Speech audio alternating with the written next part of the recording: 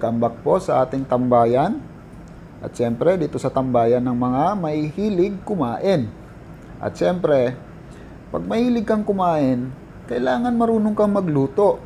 Kaya ito, tuturuan ko kayo ng mga madadaling recipe na tiyak na magugustuhan nyo. Ayan. Ngayon naman, tuturuan ko kayo kung paano magluto ng adobong puti. Ayan. Luto ni Inay, ang adobong puti. So, ayan, napakadali nito. Gagawin natin, isasangkot siya lang natin yung ating tinadtad na baboy. Ayan, meron ako rito 1 kilong tinadtad na baboy. At sinangkot ko siya sa 2 tablespoon ng oil. Ayan. So, siguraduhin lang natin na mainit yung oil pag nilagay natin para hindi siya magtubig or hindi siya malaga. So, hindi siya masasangkot siya pag lumabas na yung juice niya. So, kailangan medyo gugulatin natin yung ating tinadtad na baboy. Ayan. So, siyempre, siguraduhin natin na tinadtad na yung ating karne. Baka tumakbo pag ginulat natin. So, ayan. Naglagay ako ng 3 piraso ng bay leaves or laurel. Ayan. 1 teaspoon ng buong paminta. Ayan. At syempre, maglalagay rin tayo ng salt. Dahil hindi tayo maglalagay ng soy sauce, tatansyahin natin yung ating ilalagay na salt. Ayan. Pwede nating i-adjust yan mamaya pag naluto na. So, ayan. Pagpapatuloy na natin ang ating pagsasangkot siya. Ayan. Mas maganda yung lalagyan na natin siya ng timpla habang sinasangkot siya para hindi pa siya naluluto, kumapit na yung lasa niya. So mamaya pag nilagyan natin siya ng tubig, malasa na ang ating adobong puti. Ayan. Siyempre maglalagay din tayo ng pamintang durog. Hindi makukumpleto siyempre ang ating adobong puti pag walang paminta. Yan ay nagdadagdag ng konting kagat ng hang. Ayan. So, ayan. Pagpapatuloy natin ang ating pagsasangkot siya sa ating adobong puti. Ayan. At syempre, habang sinasangkot siya natin to, sa mga bago pa lang dyan sa channel na to, huwag niyo pong kalimutan mag-like. At syempre, importante, mag-subscribe po kayo at pakiclick nyo yung maliit na bell at select nyo yung all para lagi kayong updated sa mga video na ina-upload namin. At hindi lang siyempre mga pagluluto ang aming sinishare sa inyo. May kasamang mga tips yan na tiyak na mapapakinabangan nyo sa pang-araw-araw.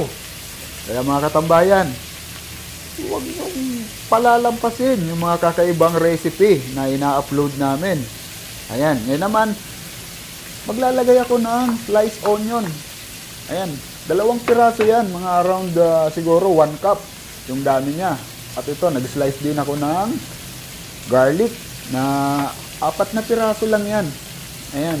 Nagmukha lang siyang marami dahil siyempre, ni-slice natin ng maninipis. So, ayan. Hahaluin lang natin para magisa yung ating onion. So, iginigisa na natin siya sa sarili niyang mantika. Kaya naman tiyak na masarap to, mga katambayan. Wow! Oy, amoy pa lang. Hindi pa siya luto at talagang natatakam na ako. So ayan mga katambayan, pagpapatuloy natin ang ating pagluluto.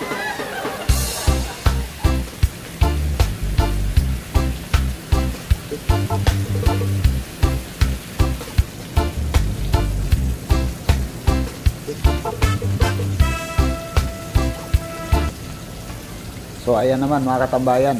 Ilalagay na natin yung ating pinaka-main ingredients, ang suka. Dahil tinatawag tong adobong puti at tinatawag din ng iba ng adobo sa suka. May iba rin naman tinatawag sa adobo sa asin.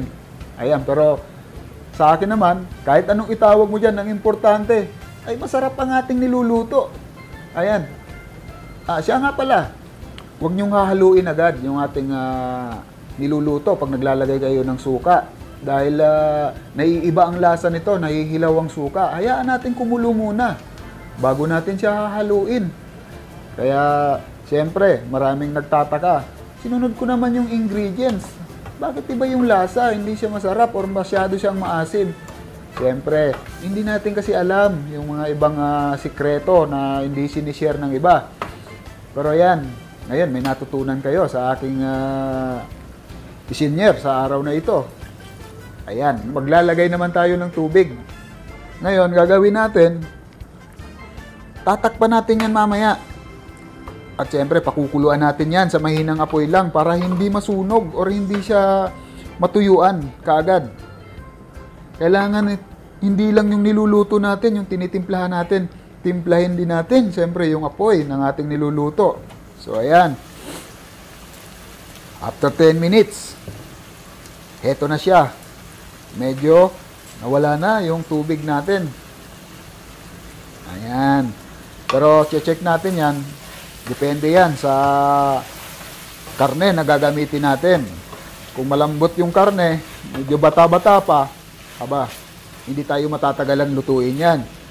Pero pag medyo tumanda na, tsak na makunat na yan. So, ayan. O, yan, malambot na ang ating nilulutong adobong puti. So, ayan. Papatuloy na natin sa pagluluto hanggang lumabas yung mantika ng ating baboy. So, kaya mamaya, hindi na adobong puti yan. Dahil magiging brown na yan pag naluto. Kaya hindi, kahit anuman ang itawag mo dyan, ang importante ay masarap ang ating niluluto.